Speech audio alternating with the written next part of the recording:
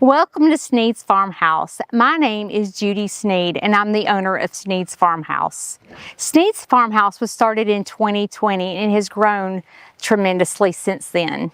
My social media has really grown on YouTube and Facebook, and I'm beyond blessed by measures. The main focus for Sneed's Farmhouse is definitely the animals, so I want to introduce you to my farm.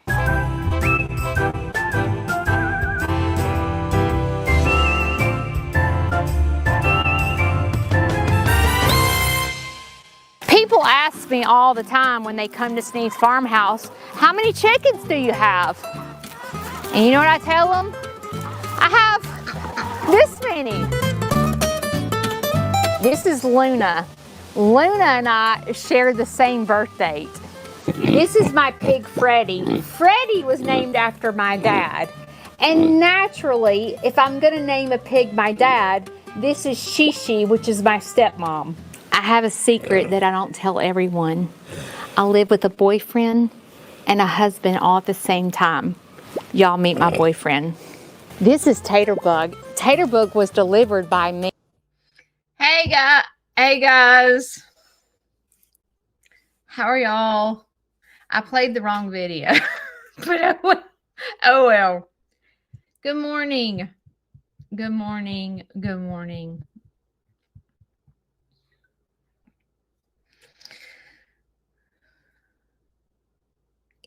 Do y'all feel like that video is a little dark? I don't know if it's me, but like it seems like that video is a little dark. Just saying.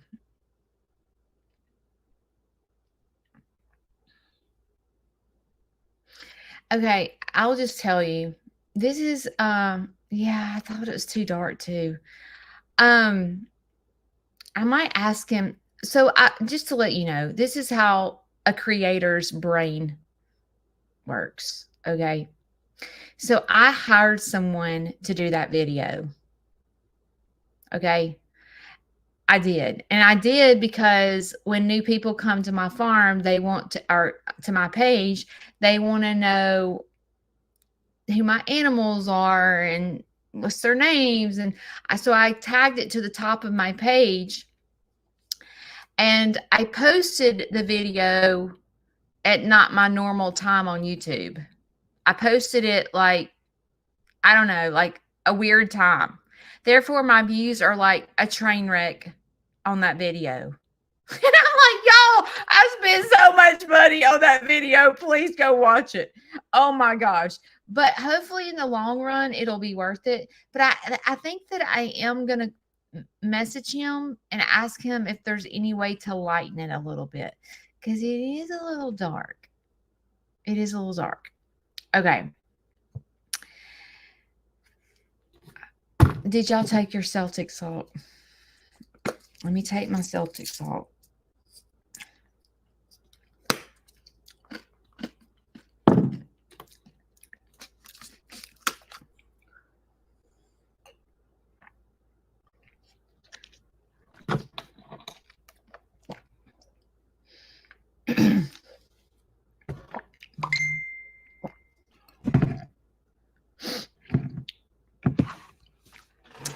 Okay.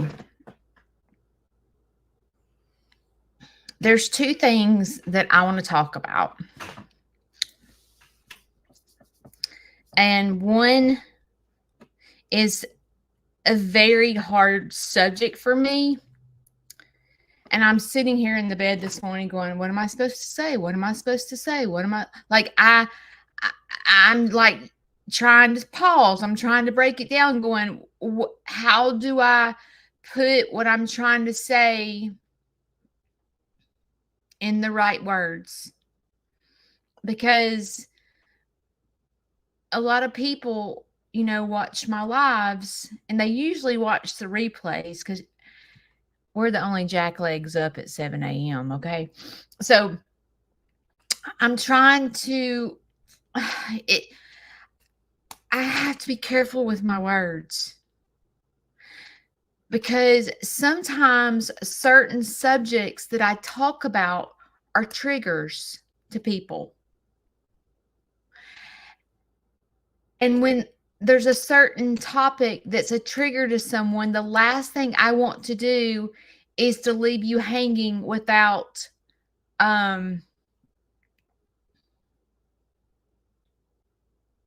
knowing what to do with your trigger.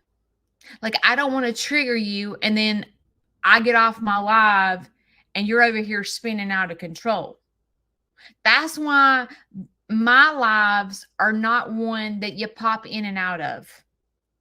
You have to watch from the start to the end.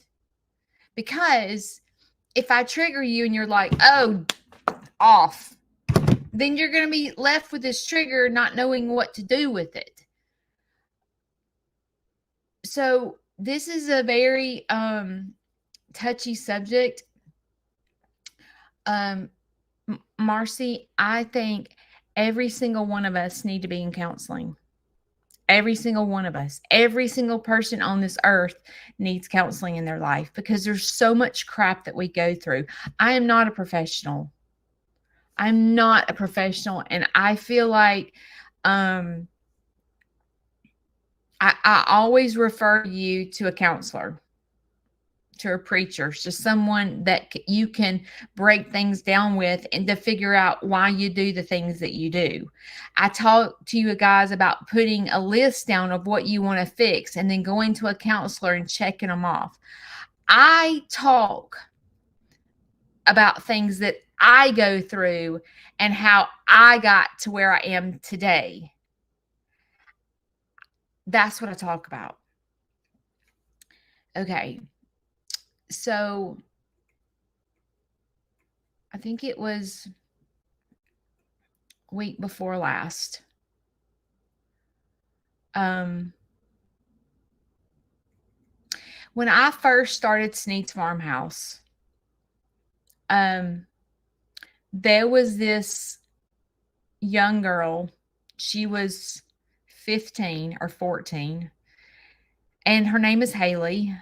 And Haley asked if she needed 80 volunteer hours for school. And she asked if she could volunteer at my farm. And that was the very first time I've ever had anybody come to my farm. And I said, sure. And so Haley and I got really close through her volunteer hours. And then she brought in a friend named Eli, and Eli and Haley volunteered all the time at my farm. And then they ended up working some because they were such good employees. They were fantastic with my animals. They were very mature kids. They seemed to have their crap straight. Like, they weren't these rebellious teens that were out, roaming the streets at midnight. They were just, they came from good families, and they had good work ethic. Like, I didn't have to tell them how to be a good employee. Like, they just knew. And then I sat and watched them. They were sophomores when they started working at my farm, and I stayed in touch with them. As a matter of fact, to this day. Eli messaged me yesterday, and I talked to Haley this morning. Like, we have never lost a connection. I feel like they're my children. I feel like, I've always said to them, I said, if you need anything, Shane and I are here for you. Like, if there's something that I don't know, need advice about, or me and Shane are here for you. And Shane and I love both of them with all of our heart. And we've sat and watched them. I'm going to cry. This is going to be one of those crying sessions. But I've sat and watched them grow up. I watched them graduate. I watched Haley win beauty pageants. I went to her beauty pageant. Eli is graduated, and he was into football. I went and I drove his sister around the homecoming parade because she was the homecoming queen or whatever. And I rode her around. I rode Haley in my Jeep when she won Fair Queen. I don't know, she won a pageant, and so she was in the parade. And Sneed's Farmhouse, my Jeep, rode her in that. It's like there was such a connection, and I feel very, very close to these kids. And they're not the only ones. Anytime someone comes to my farm to work or volunteer, I get very close to them. Very, very close.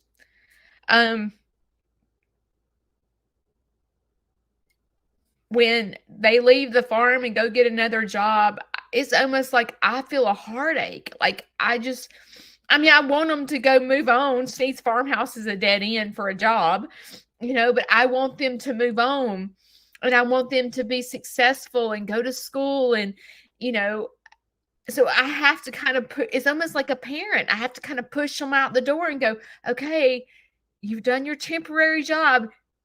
Now go. It's like kicking the bird off the nest when, okay, go fly. You can do this. Go get a job. Go get a career. Go to school. And I always tell people when they come to work with me, I'm like, I don't make money every week. I can't afford to pay someone a salary. I don't have a salary. I can't afford that. That's not what Sneed's Farm. I'm not here to build Sneed's Farm up to where I have employees. I'm too small. It's a fun job, but I have to kick them out of the nest and go, okay, go fly. And I get close to people when they volunteer here and work here for short amounts of times. I love them. So 2 weeks ago or 3 weeks ago, Haley said, okay, Haley and I, when part of her mission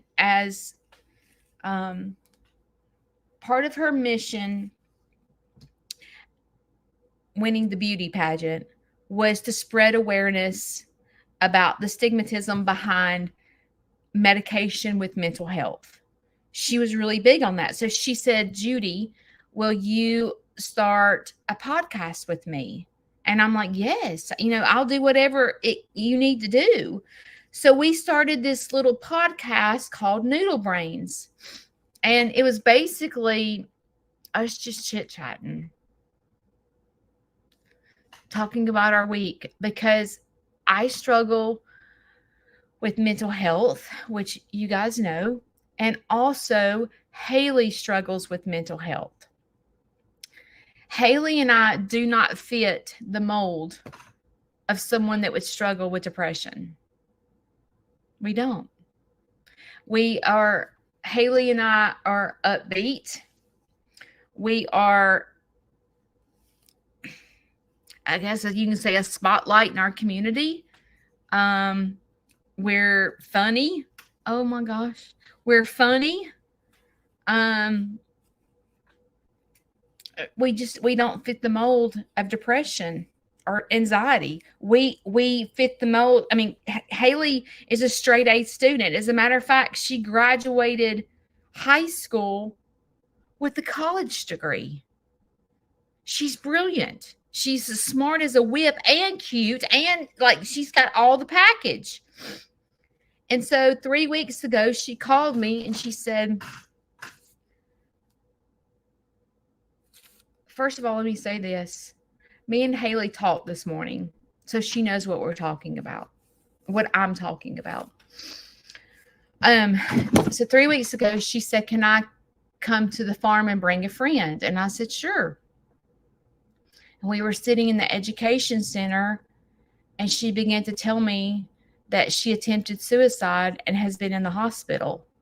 And my mouth went,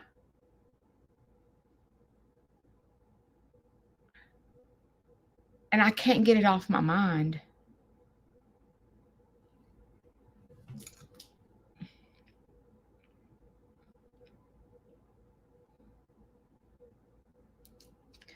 I can't get it off my mind.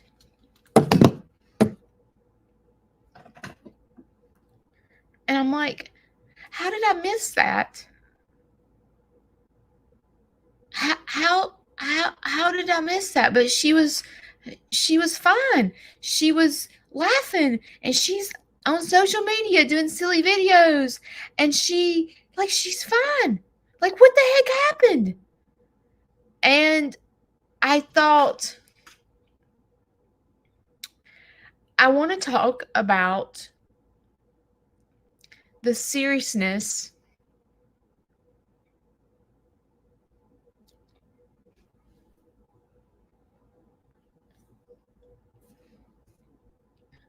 with mental health. Because when you think of someone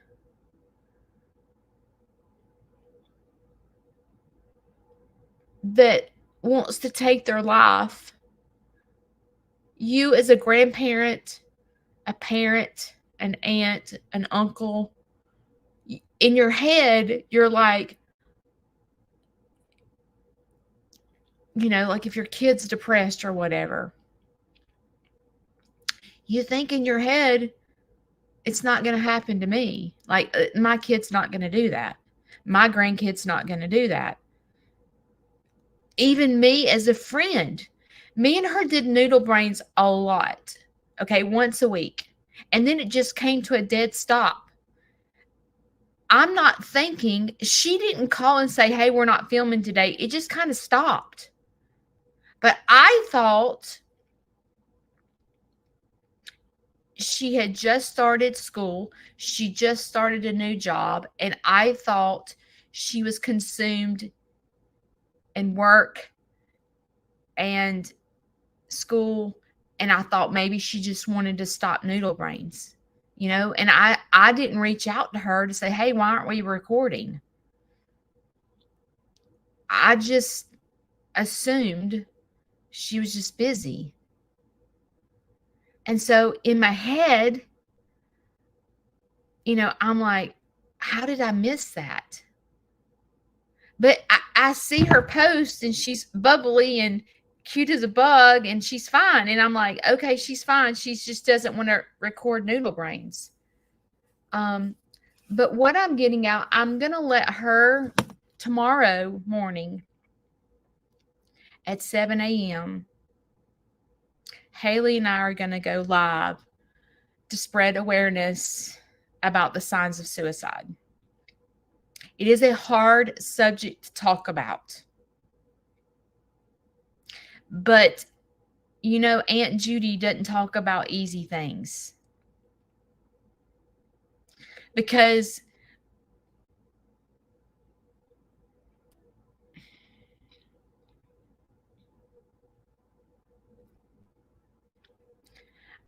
I want to be real.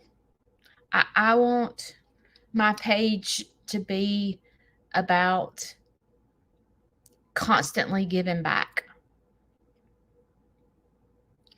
And being quiet about your problems doesn't help someone else. I feel like being quiet about your problems traps you in your body and you can't talk about it. Now, there's some people that just don't want to share. And there are some things you don't share, right? You're not comfortable sharing. But I think with Haley and both of us have the same personality. And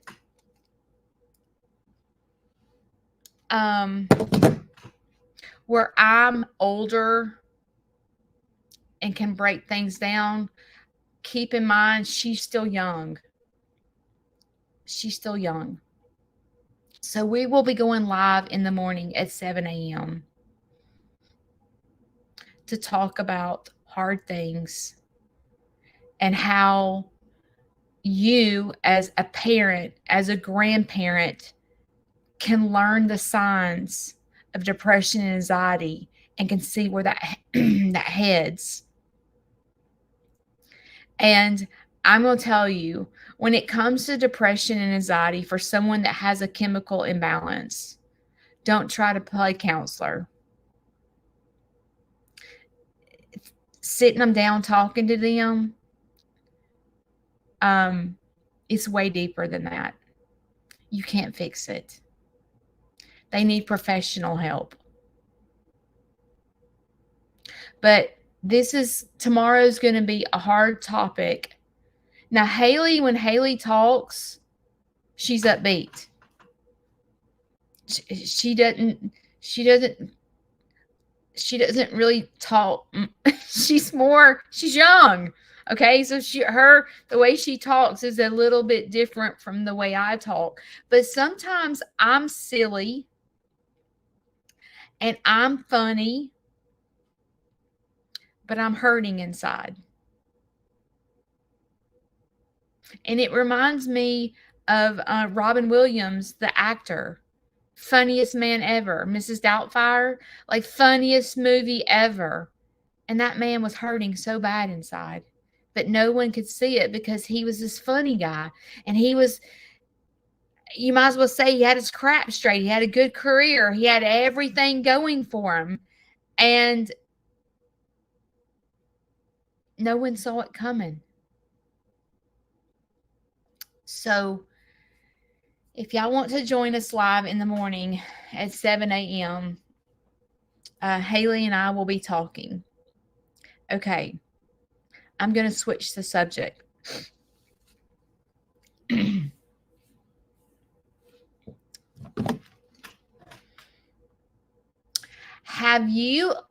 Sometimes when I talk about situations, you may not be in the same situation as me, as in verbatim, but somehow, some way, you can relate to me. Okay? So I'm going to start off with a question. Have you ever been blamed for something? Like, it's your fault. And you walk away when someone blames something on you. You walk away and you're like, there's two things that can happen. When someone blames something on you, like, I am the way I am because of you. Okay? Two things can happen. You can go away walking, feeling sad, and going, they're right. I'm worthless. It's all my fault. I'm terrible. You can fall into a pit and let this person blame everything on you. Or you can get mad as heck and go, oh, everything's my fault. You know what I mean? Like, there's two ways. And sometimes when someone blames the problem on you, sometimes it takes a minute to process the thought. So at first you're sad and lonely and you're like, I'm just worthless. I don't even know why I try. Everything I do is wrong. And you go sit by yourself and you're sad and depressed because someone told you it was your fault. And then as you sit there and fester over it, then you're like, no, I'm mad as crap. They're blaming this on me and it ain't my fault. You know what I mean? Like, sometimes it's like a grieving. Like, you know how you go through grief, the grieving process, and you go through first being upset and crying, and then going through, at some point you start getting mad, and then you come to acceptance, but you have to go through these steps for grievance to get to the point where you come to acceptance. And sometimes it takes a long, long, long time to come to acceptance.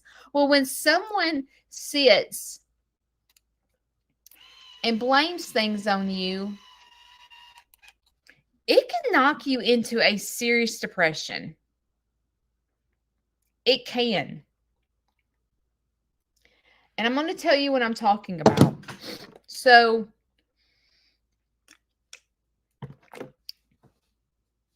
yesterday, The nurse came, Larry's nurse. The nurse came. And Larry has been on blood pressure medicine since he was 35 years old. And he was on two different kinds. He was on like two pills, two different kinds to regulate his blood pressure because his blood pressure is so high. And so as he's gotten older, no, let me rephrase that. As he's gotten sick, I don't know if the word's sick. As he's gotten on hospice and fallen and becoming sitting in the bed, we've realized like when Larry stands up, his blood pressure bottoms out, and that's what causes him to get dizzy. And over the past year, I have been cuckoo in my head trying to figure out what's wrong with him, because this time, let's see, no, at the beginning of the year, Larry would stand up and turn completely white and almost pass out. And I would be like, what's wrong? Are you okay? Are you okay? I'm fine. Because once he got it together, he'd go, nothing's wrong with me. Nothing's wrong. I'm not dizzy. And he would be over there spinning, trying to find something to hold on to. And I'm like, dude, you are dizzy. I'm sitting here watching it. You're trying to find something to hold on to because you're dizzy. No, I'm not. No, I'm not. And I have felt crazy, which is really what led to the nursing home, because I realized that I can't keep doing this. I'm like not good. I'm not good because I'm over here trying to figure out what's wrong with him, and he's telling me nothing's wrong. And I'm sitting here watching this man almost pass out, spinning out of control, can't stand up. And he's telling me that what I'm seeing is not the truth. And so it was like I was needing validation for going, am I crazy or am I watching him dizzy? And I would be here by myself. So like when Shane would get home from work, I'm like, this is what happened, but he's making me feel like I'm crazy because he's telling me he's not dizzy, but I'm sitting here watching him dizzy. I mean, as a matter of fact, Marcia, that is on here right now, Larry and I went to Whataburger here in Coleman. We walked into the door, and I look at Larry, and he is completely white, like about to pass out. And the Whataburger was full, and sweet Marcia was in there. They ran and got him a chair and sat him down because he was about to pass out. And it was like, oh my God, someone else just saw what I saw. Oh my gosh, I have validation that I'm not crazy. Did I just make this up in my head, or was this really happening? Because it was like, it was almost as if I didn't trust myself that I was seeing what I was seeing, because I was being told it wasn't happening. And that day I was like, sit right here. I'm going to get the car. Don't get up. I'm going to get the car. I went and got the car, and the next thing I know, he's walking out the door. And I'm like, so it got to the point where I couldn't handle it. And he needed physical therapy, and he needed to figure out what was wrong with him that was causing all this, because he was about to hurt himself in my house. Well, as time has gone on, I'm still like, the doctors can't figure out what's wrong with him. And I have been dealing for this for almost a year now. Well, it's his blood pressure. And so yesterday when the nurse came, Larry can't hear. Okay. So he's not understanding what the nurse is saying. And he made the comment. He said, man, I've been on blood pressure. And he don't know the conversation me and the nurse are having because he can't hear us. So he's just talking out loud. And he goes, man, I've been on blood pressure medicine since I was 35 years old. And now y'all are taking me off my blood pressure medicine. And the nurse said, it's because you're inactive. Well, he didn't hear that. And he's still talking about because he thinks it's a good thing that he's coming off blood pressure medicine. So he's not understanding what's going on. And I looked at him because I need to make sure he understands, because I have to. He can only hear me because I'm a big. I've been around him for 8 years, and I was so loud talking because I've been around a deaf guy for 8 years, and you have to talk at the top of your lungs. So I find myself talking loud everywhere I go. So I looked at him. I said, the reason you're off blood pressure medicine is because you're laying in the bed every day. And then he turned around and said, well, you're the, no, wait, let me think how he said this. Well, this is where you're most comfortable for me to be. And I said, what? And he said, this is where you want me, is in the bed. And in my head, I looked at the nurse and I'm like, oh, this is my fault. So then he starts explaining that the reason he's in the bed every day is because that's where I find it safe for him. And the nurse left, and I walked into my bedroom, and I was like, I hate my life. That's where I went. I was like, this is awful. This is awful. I have to deal with this crap all the time. And I'm like, this is the hardest thing I've ever done in my entire life. And now I'm like, I'm blamed for him being in the bed. And at first, just like if you've been blamed for something, at first you're consumed in it. Or I am. Some people just fire off and get mad. But I was like, why am I even trying? I'm the worst caregiver in the world. I'm forcing him to stay in. I was like beating myself up. Here I am forcing him to stay in the bed. And then I had to, I was just sitting there crying about it. And I was like, he thinks it's because of me that he's in the bed. So then I had to go stop and pause and break it down. And I go, Judy. Oh, Judy. Judy. Do you force him to stay in the bed? And I have to ask, when I break things down, I have to ask myself questions. So I said, do you force him to stay in the bed? And I said, no. Okay. So then I was like, I had to break it down even further. And I said, okay. And I was like, I'm talking out loud to him, even though he's not in the room. I'm like, Larry, what would you be doing different if you were not sitting in the bed? So then I had to break that down and go, what would he be doing if he wasn't laying in the bed? What would he be doing? He would be laying on the couch.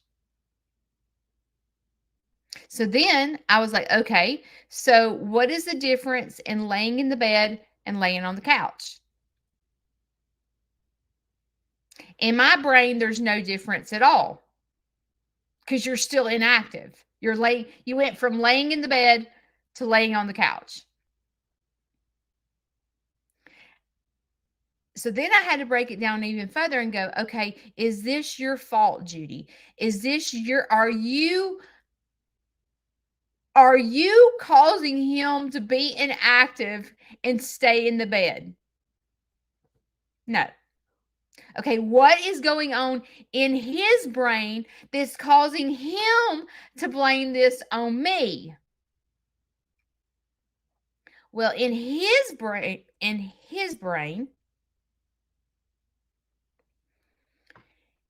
if he gets out of the bed and lays on the couch, then he's not in the bed all day. So then I had to go, okay, so in his brain, he's not in the bed if he's laying on the couch. Well, technically, he's not in the bed. He is correct. He's not in the bed. He's laying on the couch. Truth is, I am more comfortable with him being in the bedroom. Okay, Judy, why? Well, because when he's in the living room, he gets up and goes to the bathroom because he doesn't want to use the bathroom in the living room. I can't put his porta potty in the living room.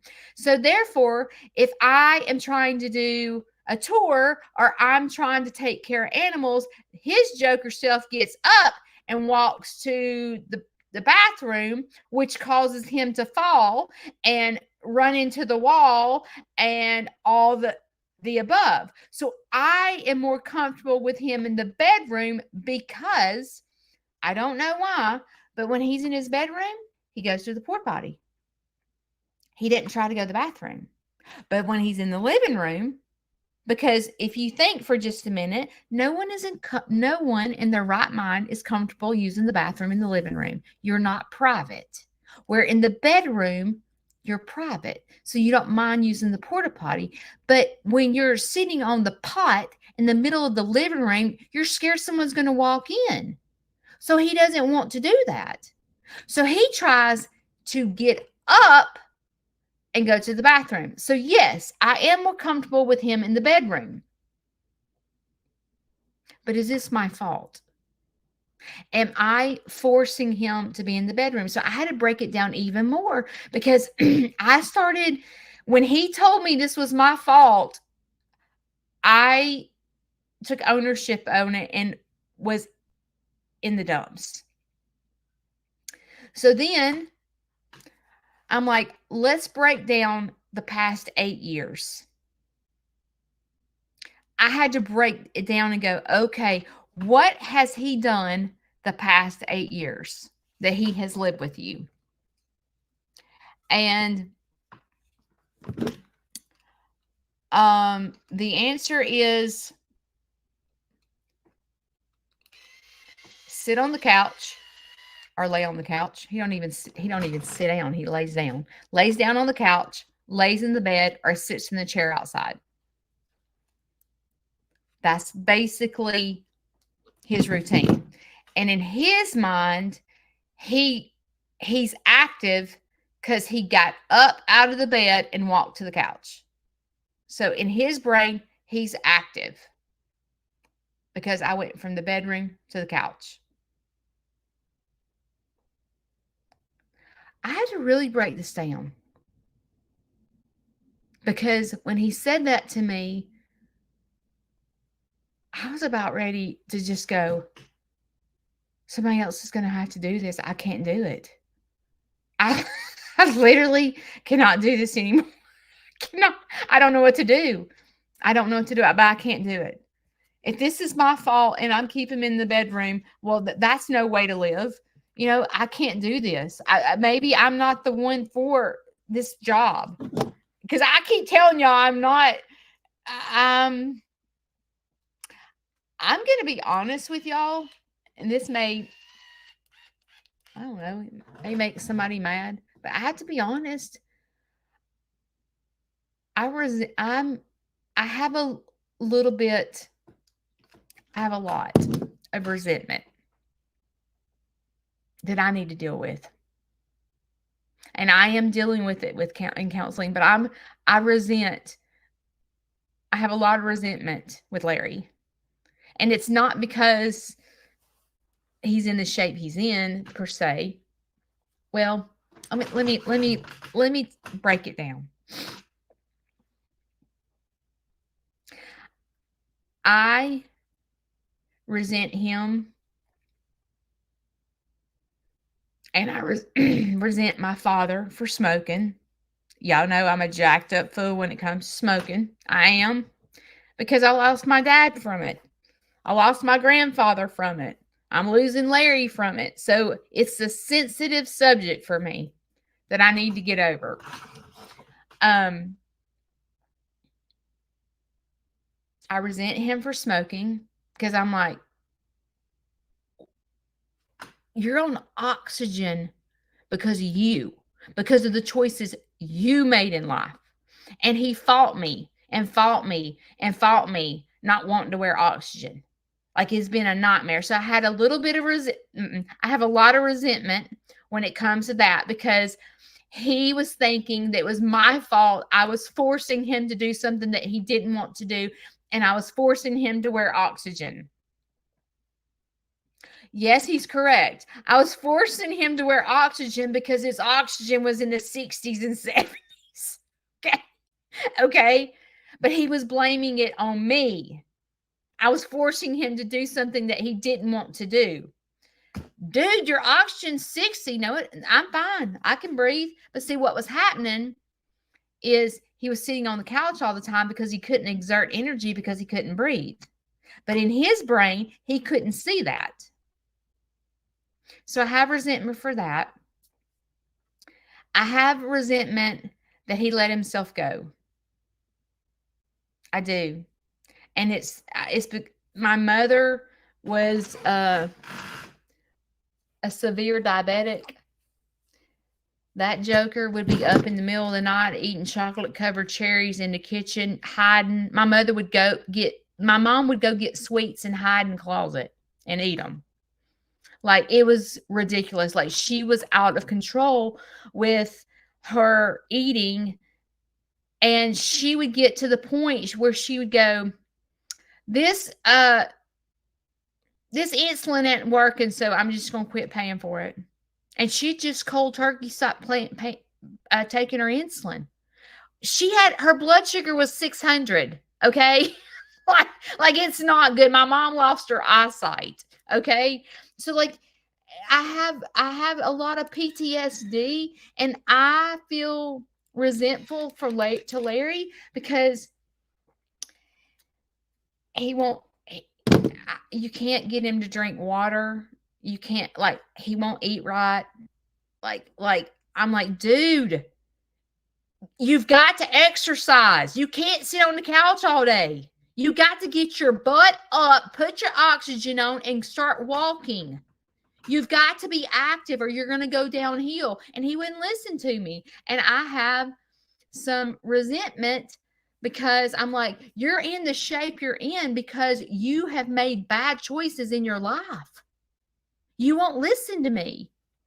You've fallen and broken your bones because you won't listen. You won't use your walker. You won't use a wheelchair. So there's a lot of crap that I've got to deal with because it's not good and it continues to happen. And then, like I said, when someone's in there going, well, I'm in the bed because of you. Me? What did I do? Well, you're the one that's more comfortable for me to be in the bedroom. And you're like, do you know why? Because you keep making bad choices. You keep falling. I'm trying to keep you safe. I don't want you hurt. But like in his brain, he can't understand that. Anyway, there's just, when people blame things on you and you walk away going, when you walk away and you're like, you're depressed. You're depressed and like going, this is awful. And even with talking about, I hate to go back to the subject of suicide, but when there's someone that struggles with mental health, and then you start blaming them for your crap,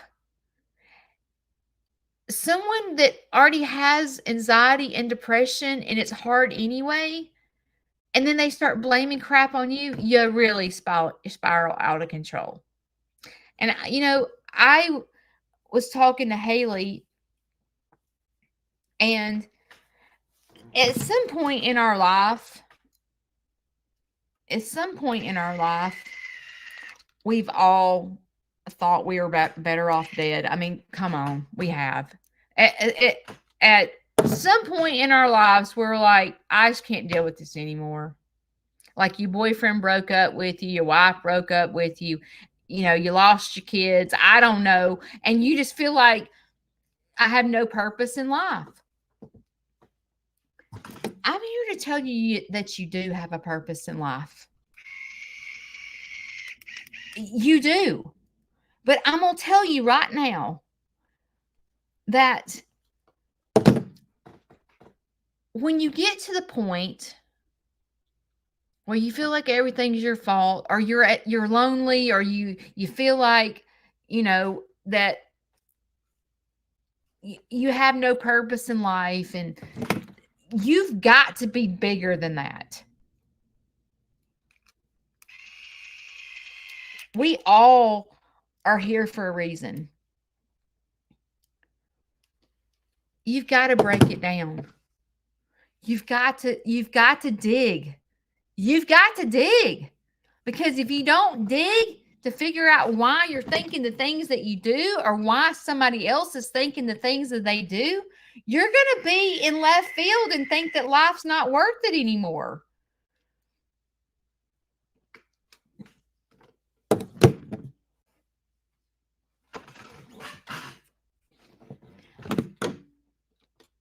Going to counseling has saved my life. Going to counseling taught me what tools I need to put in my pocket.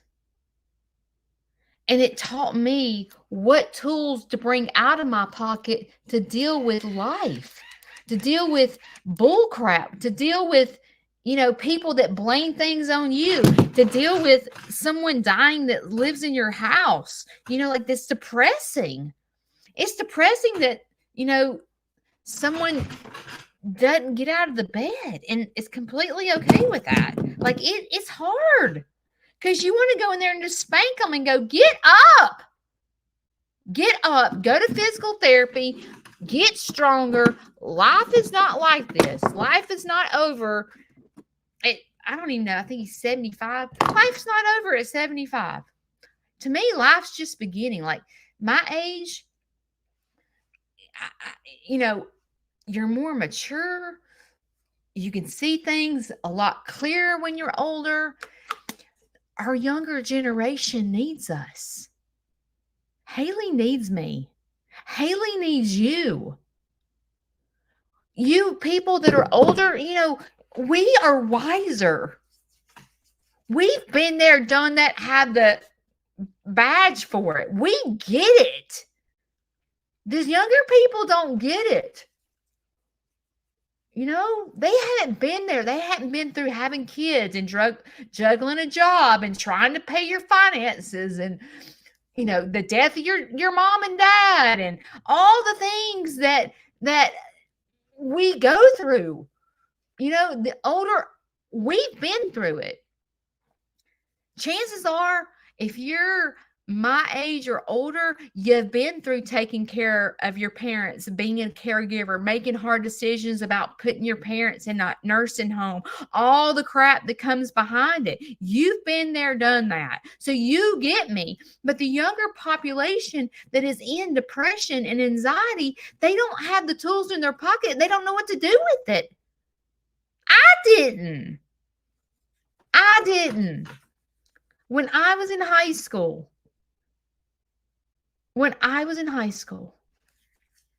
I've shared my story with y'all many of times, but I was a senior in high school. And I can go back to the day and remember the whole shebang.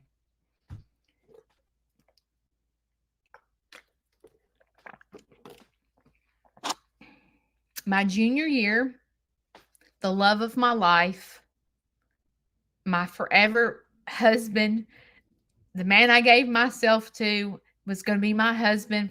Everyone knew. As a matter of fact, if you follow me and you knew, it was Judy and Scotty. Everybody, it was like Ken and Barbie. Everyone knew Judy and Scotty. We had been together for years and years and years. We're the only couple that made it. We were the cutest little he was the quarterback of the football, and I was the cheerleader, and we were the cutest little couple, and everything was just great and wonderful. Everyone knew Judy and Scotty until he broke up with me. And I went nuts. I went nuts. I did not have a relationship with my father. So I think the disconnect of not having a male role model in my life, I think played a big part, because I latched on to a guy because I was missing that piece in my life. And we broke up. Well, that was my junior year. Well, it's my senior year, and I'm still grieving about the breakup from my junior year. Okay. Ding, ding, ding. Parents, grandparents, your daughter's broke up with her serious boyfriend. Chances are she might have given herself to him, and that's her forever husband. And all of a sudden they broke up, and it's not good. It's not good. And if she's still grieving over it, you better get her in counseling, is all I can say. And so this particular night, my senior year in high school, I started gaining a ton of weight,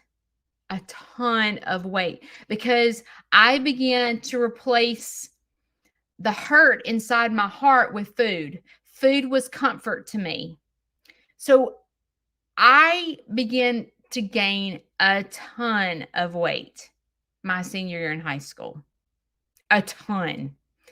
And then what happens when you're in high school and you start gaining a ton of weight? They start talking about you. You know, girls are mean. Girls are mean. And they start talking about you.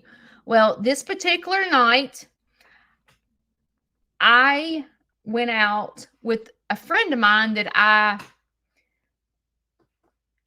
I grew up with, but like she didn't go to the same high school as me. And I don't really know why we went out, but she was into doing drugs. I had never been around drugs. I have never experienced drugs. I wasn't that crowd. I was more of the cheerleader kind of crowd. Well, this particular night, we went out. I can drive you right now to the place we were. I was in the back seat. The two girls were in the front seat, and they decided to start smoking pot. I had never been around pot. And of course, they're handing it to me. And I'm like, I don't know how to do this. And they were laughing at me because I didn't know how to smoke pot. And I put the joint to my mouth and I sucked it in, but I didn't inhale it. I just blew it out. And I never did it again. So I didn't get high. I didn't really smoke pot because it never went inside my body. And I went home. And I went home to a dark house. Both my brothers were spending the night with friends. And my mother, she worked long hours at the end of the month. It was called billing. And when billing came around at the end of the month, mom had to work like sometimes 24 hours, and she didn't come home. But I'm in high school. I'm 17 years old. So I come home to a dark house. No one's in the house. I'm depressed because I'm fat, because people were making fun of me.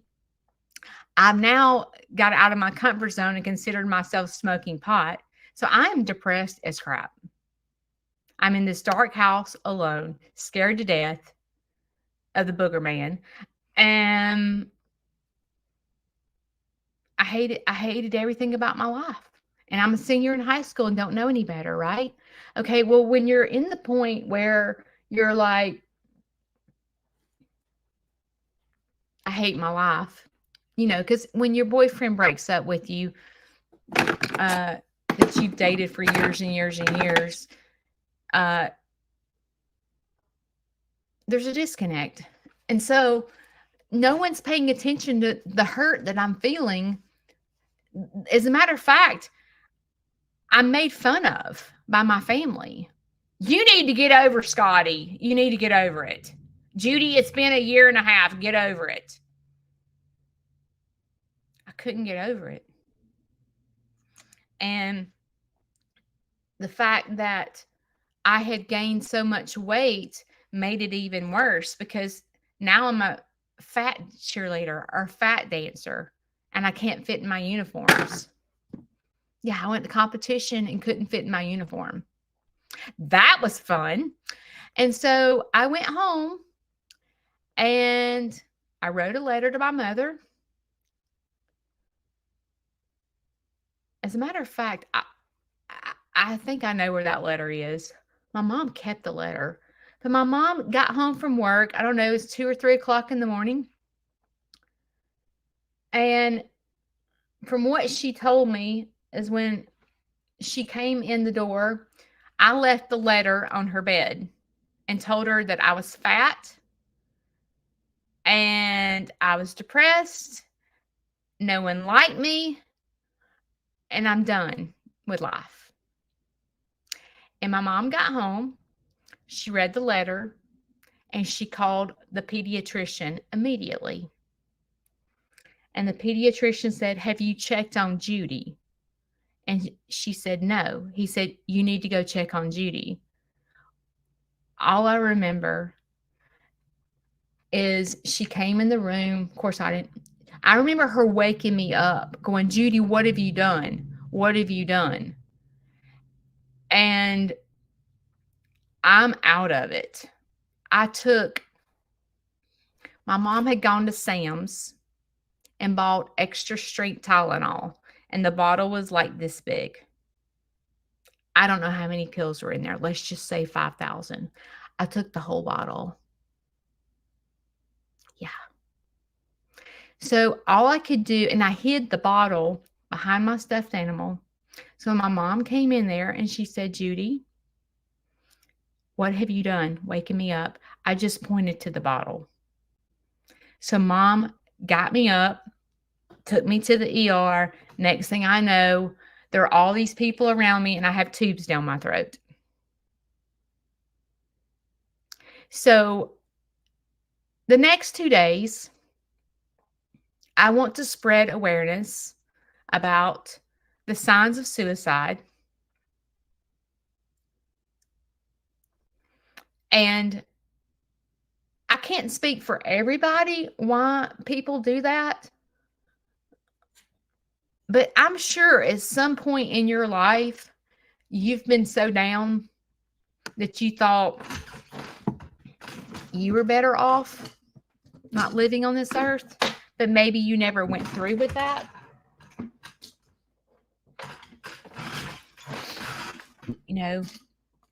Maybe you never attempted. And what ends up happening with someone that's in a young age, when you try that, then you live with a label the rest of your life. Because then your boyfriend breaks up with you, let's just say, because you're crazy. And Haley's going through a lot right now.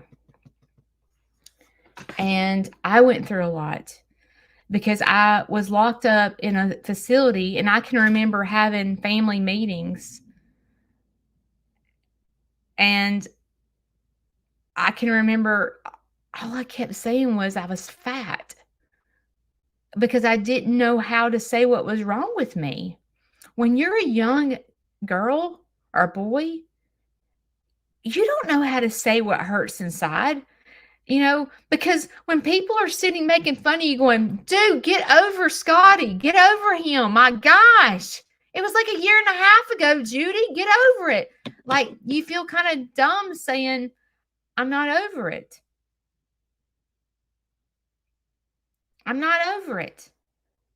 I'm sorry that my grieving is different from yours, but I'm not over it. I don't know how to say that when I'm in high school.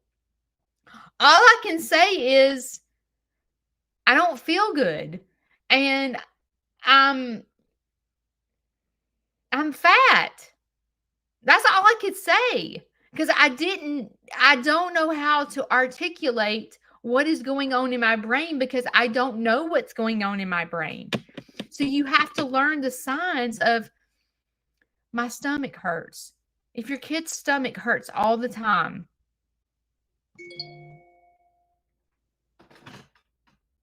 if your kid's stomach hurts all the time and there's nothing medically wrong, you've taken your kid to the doctor multiple times with a stomach ache,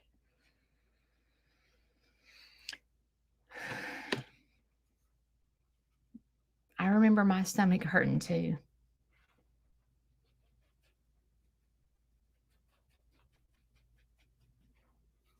You know, in today's world, even when you were a kid, you know, the pressure of being a teenager, a single mom, all these different things, like it's hard. It's so hard.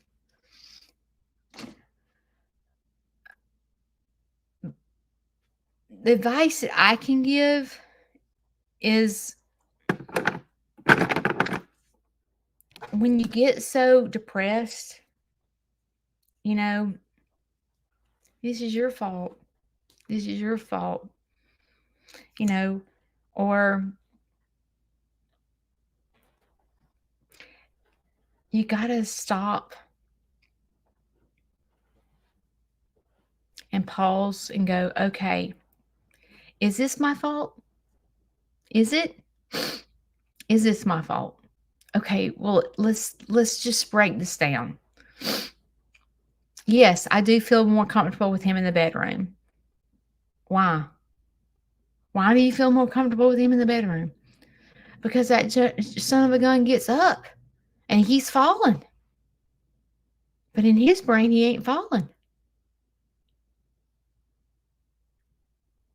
And I'm not saying, please know that when I'm talking about Larry blaming things on me, I'm not suicidal. I'm stronger than that. I've grown up. Just know that. But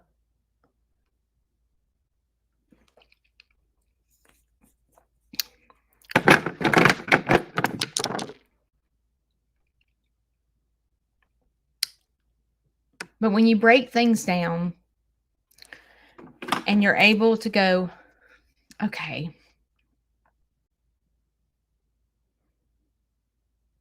this is hard. You know, this is very hard taking care of someone sick. And if you've been there, you get me. I think out of everything I've ever done, I think this is the hardest this is the hardest time I've ever been in my life, is trying to do this.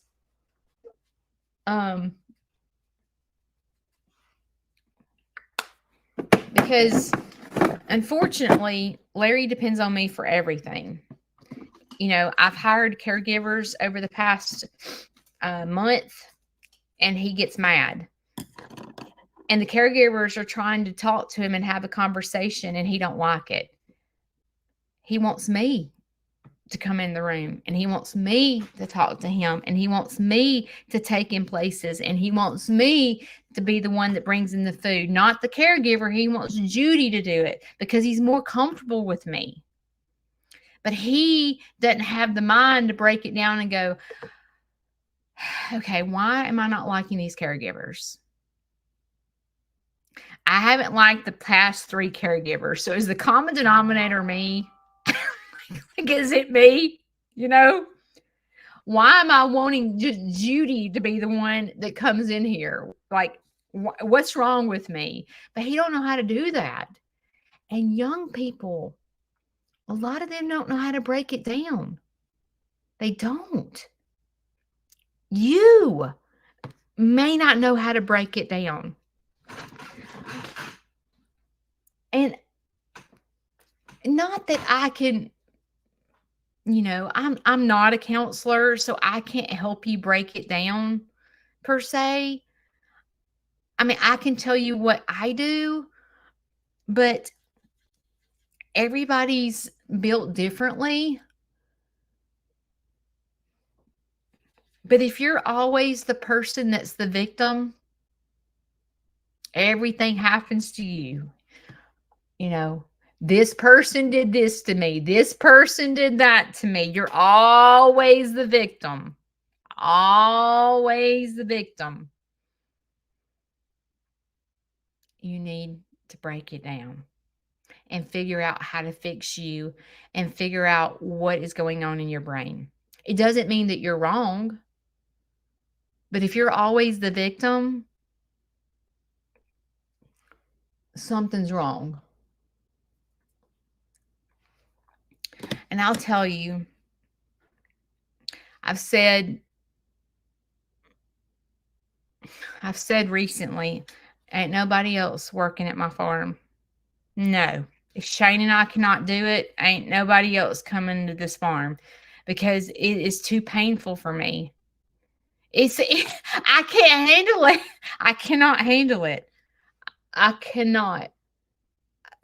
It's just, but that's not, I don't know. I have mixed feelings. I guess I need to shut up, but,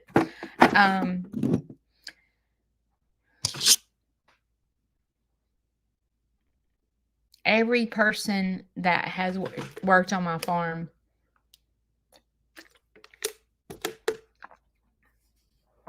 I've tried to be a positive influence, but I can't fix nobody but myself.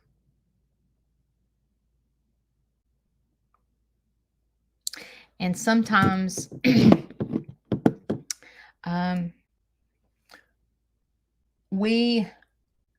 I don't know, it's like the parent in us think that we can fix people.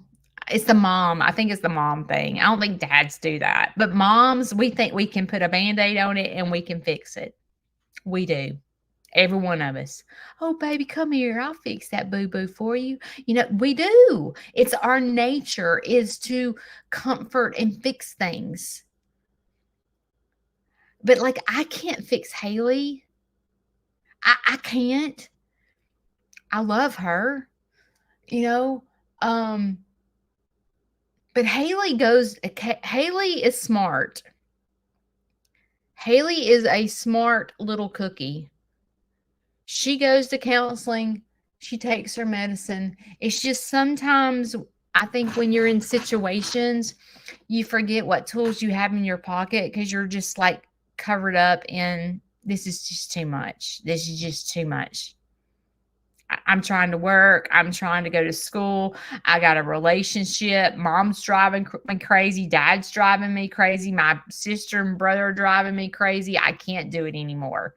Like sometimes our brains trick us that we can't do it anymore.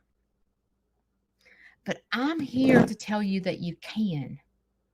And that you have a purpose in life. I don't care what situation you're in. I don't care what physical situation you're in. You have a choice to make a difference in someone's life. As a matter of fact, there are 70 gifts now for the group home. I'm telling you right now, I want to talk about, I'm kind of long-winded today, so just bear with me. But yesterday, the group home, one of the workers came here because I was like, who's getting what? Help me put name tags on all this stuff. So as we were sitting there, she said, someone bought a big, huge,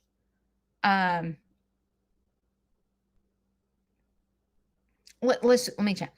Someone bought Richard, the blind guy, a keyboard. It was $200.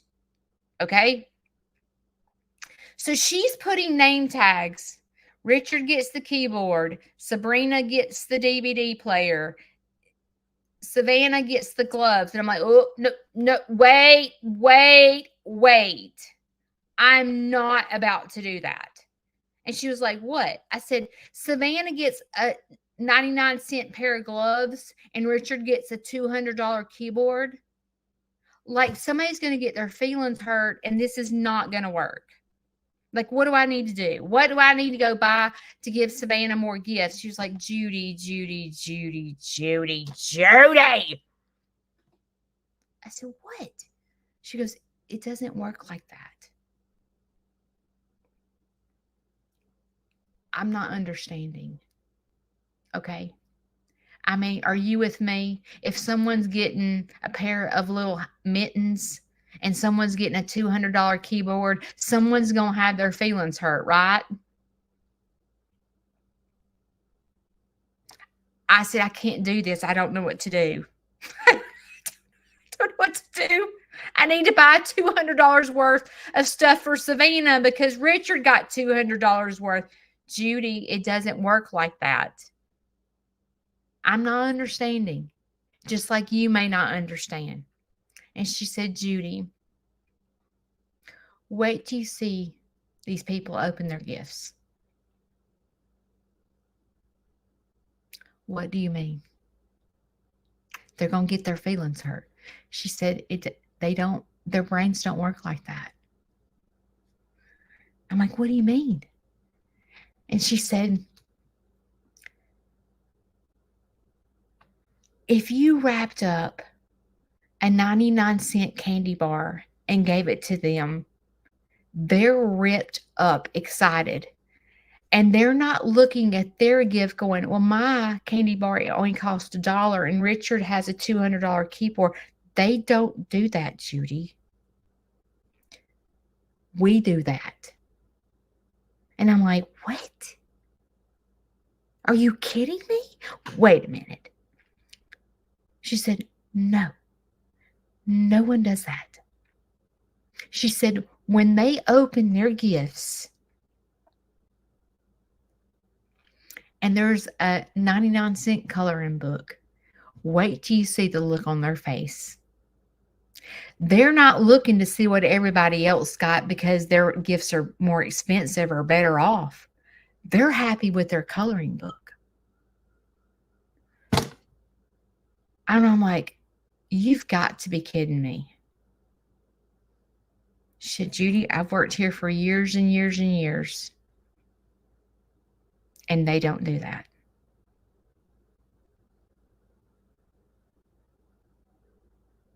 And in my head, I'm like, why do we do that? Because, if you're a parent and you have 3 kids, let's just say, you try to equally spend the same amount on each kid so nobody gets their feelings hurt. Or that's how I was. I don't know. Maybe y'all are different from me, but that's how my brain worked. And I bet you if I would have given one of my children, one of my kids, an Xbox 360 and my other son got mittens, oh, he's mad. I'm here to tell you. Corbin got an Xbox 360 and I got a pair of mittens.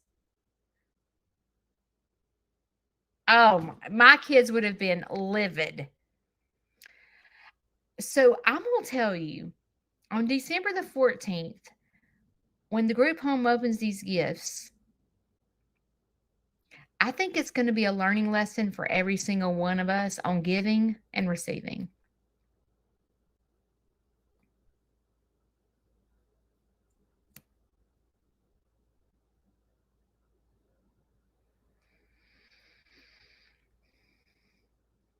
It's going to show us what we should be like.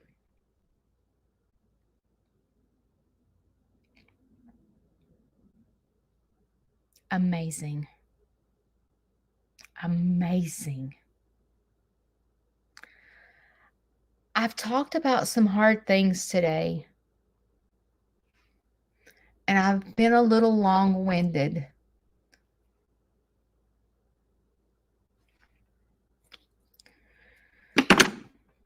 And I want to leave you with this.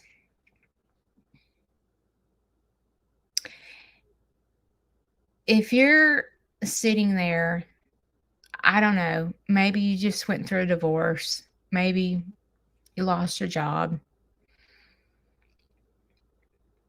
maybe your spouse is moving you to an area that you don't know and you're not happy about it.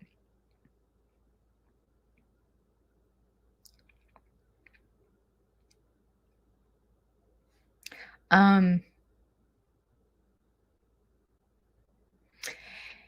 Instead of wallowing in, this is terrible. I've just lost my spouse after 25 years of a marriage for a daggum 20-year-old.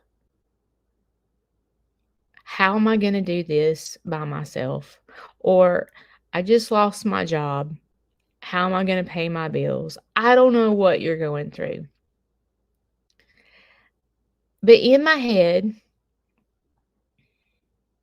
and in your head right now, instead of sitting here focusing on all the negative, because it's bad. If you've lost your job or lost your spouse, it's bad, right? It's bad.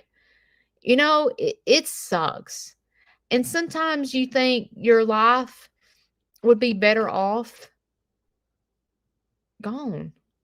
Because you're like, my family doesn't care. Nobody likes me, whatever. I'm here to tell you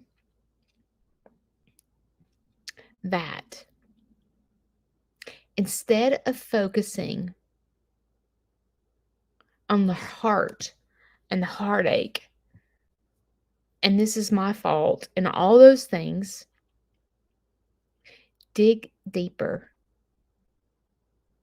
Instead of asking why is this happening to me? Why? Stop and go, what am I supposed to be learning from this? Why am I going through this? There is something that I am supposed to be learning, because at the end of this, I'm going to have a testimony that is going to be absolutely amazing. Like me in high school. Look at me in high school and look at me talking to y'all today. It was a testimony to help other people. I've been there. Freaking sucks.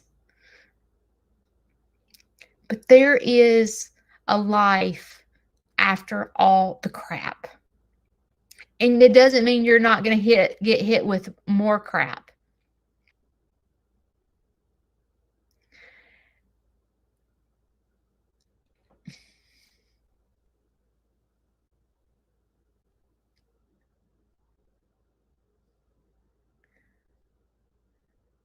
You get one life. Take care of it. When I talk about balance, if you're like me and has juggled up and down weight loss bull crap and it jacks with you mentally, okay, me too. But you get one body. So instead of beating yourself, oh God, I just ate a cupcake, or whatever you do to yourself, try to find balance. Balance is what has gotten me to where I am today. And the second I get off balance is the second this brain goes to la la land. And then I know for me personally, in order for me to be the best version of Judy, I have to work at this balance every single day. I go to counseling every single week.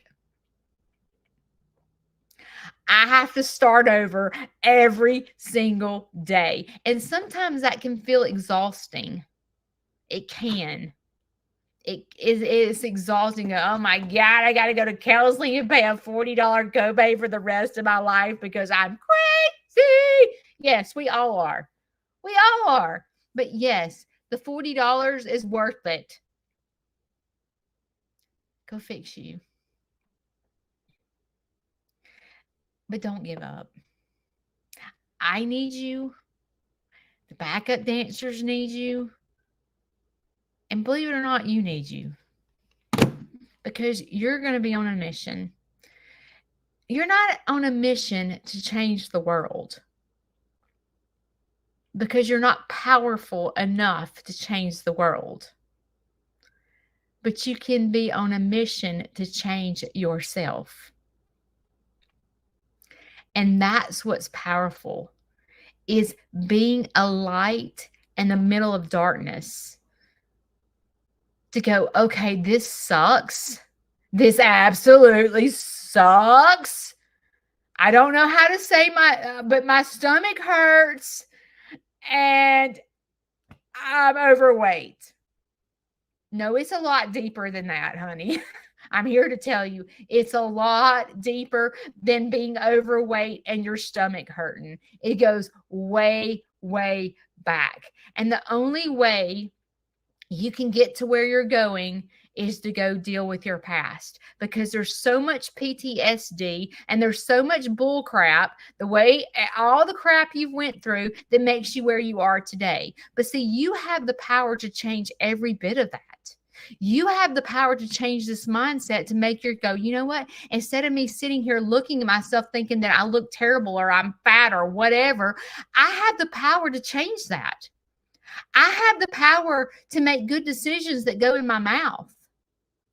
I have the power to surround myself with people that lift me up instead of pull me down. I have the power to do that. I can make those choices myself, and I can begin to surround myself with people that lift me up instead of pull me down.